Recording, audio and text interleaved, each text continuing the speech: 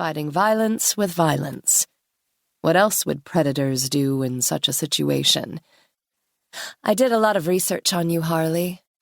Oh, did she now? For the first 16 years of your life, you were part of a traveling pride of margay wildcats that, let's face it, was more like a band of reckless, free-spirited criminals that had no use for the word sober. Correct. Few other prides liked or respected yours. They had no useful alliances or resources. Also correct.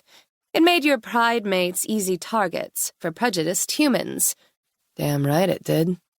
And that was exactly what your brother became, wasn't it? At the mention of Michael, a wave of sadness washed over Harley. But she schooled her expression, refusing to give the bitch anything to work with. Rounding a corner, Harley saw the hotel up ahead. Almost there. His death was horrific. Most fathers would want to hunt down each of the humans responsible and then kill them one by one. The difference is that your father actually did it.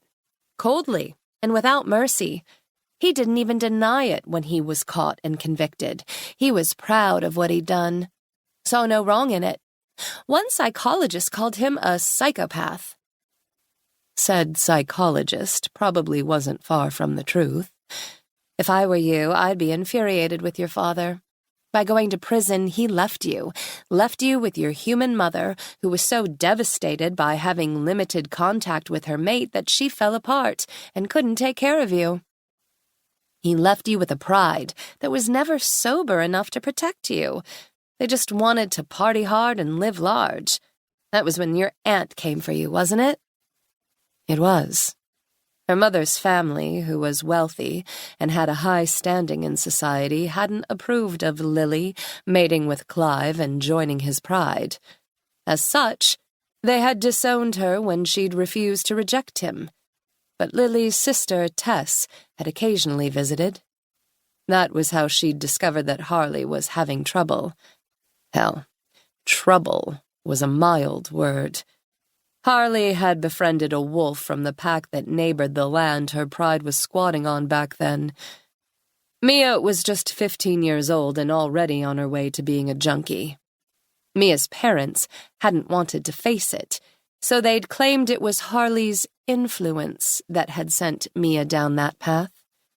In truth, Harley had tried to steer Mia away from drugs, not wanting her to end up like Kara, Harley's aunt from her pride.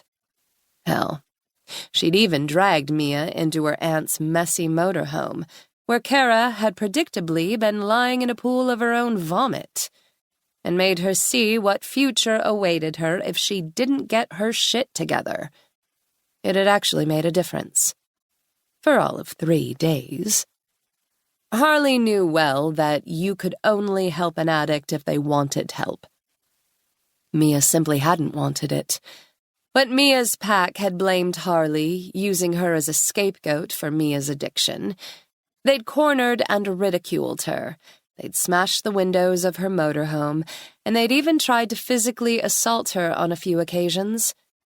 Only one wolf hadn't blamed her. Mia's brother, Jesse.